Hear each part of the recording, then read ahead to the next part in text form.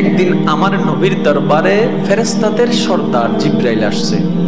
আমার নবী কথায় কথায় বললেন, ইয়া আখি জিব্রাইল, ও আমার ভাই জিব্রাইল, তোমার নাকি 600 ডানা আছে, 600 পাখা আছে। ইয়া রাসূলুল্লাহ, আল্লাহ তোমাকে 600 পাখা দিয়েছেন, তো তুমি কয়টা ব্যবহার করো? বেশি লাগে না, আসমান জমিন ডিউটি করতে একটা হইলে যথেষ্ট। মানে একটা দিয়ে চাপড় মারলে হয়ে আছে, বাকি 599 ব্যবহার করা লাগে। আচ্ছা, যার 600টা ডানা আছে তার শরীরটা কত? একটু বুঝার চেষ্টা করেন। যার আর ডানা ইনকিও আছে, রে ফাঁকির ডানা না। জিব্রাইল যেমন তার ডানাও।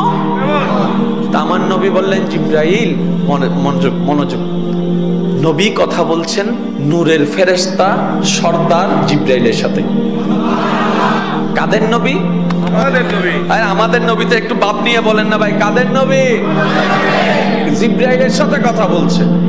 আমার নবী বললেন, ভাই জিব্রাইল, আচ্ছা তোমার দেহটা একটু কত বড়, আমার একটু দেখতে ইচ্ছে করতেছে, একটু দেখাও।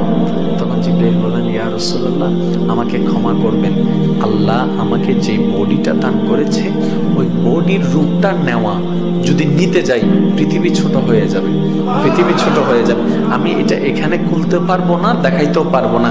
এটা যদি আপনি দেখতে চান আপনাকে আমার বাড়িতে যেতে হবে, মানে সিদরাতুল মুনতাহায় যদি যান তখন আমি আমার আসল রূপটা দেখাতে পারবো। এবার তো কথা শেষ। আল্লাহর হুকুম হলো, নবীর মেরাজের টাইম আসলো। ওরা আশেকরা আশেকের মতো করে বলেন না সুবহানাল্লাহ।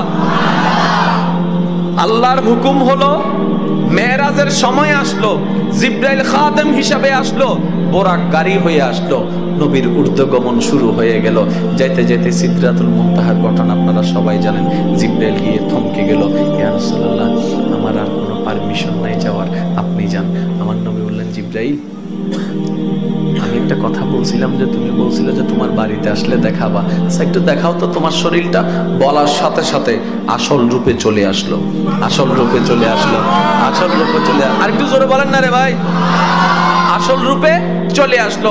জিব্রাইলকে যখন নবীজি মাটিতে বলেছেন, জিব্রাইল বলেছেন, আমি এখানে দেখাতে পারবো না ইয়া রাসূলুল্লাহ, আমার বাড়িতে যেতে হবে, আমার দেশে যেতে হবে। এইবার জিব্রাইল বলে, ইয়া রাসূলুল্লাহ, আমি যেরকম ডুপ্লিকেট সুরত নিয়ে গেছি, আপনিও তো আপনার আসল রূপটা একটু দেখান না, আপনার আসল রূপটা। জিব্রাইল বলতেছে এখন আমাদের নবীকে, ইয়া রাসূলুল্লাহ, আপনি এবার আপনার আসল রূপটা দেখান। এবার আমার নবী কি বলছেন শুনুন, জিব্রাইল, তুমি যেরকম তোমার আসল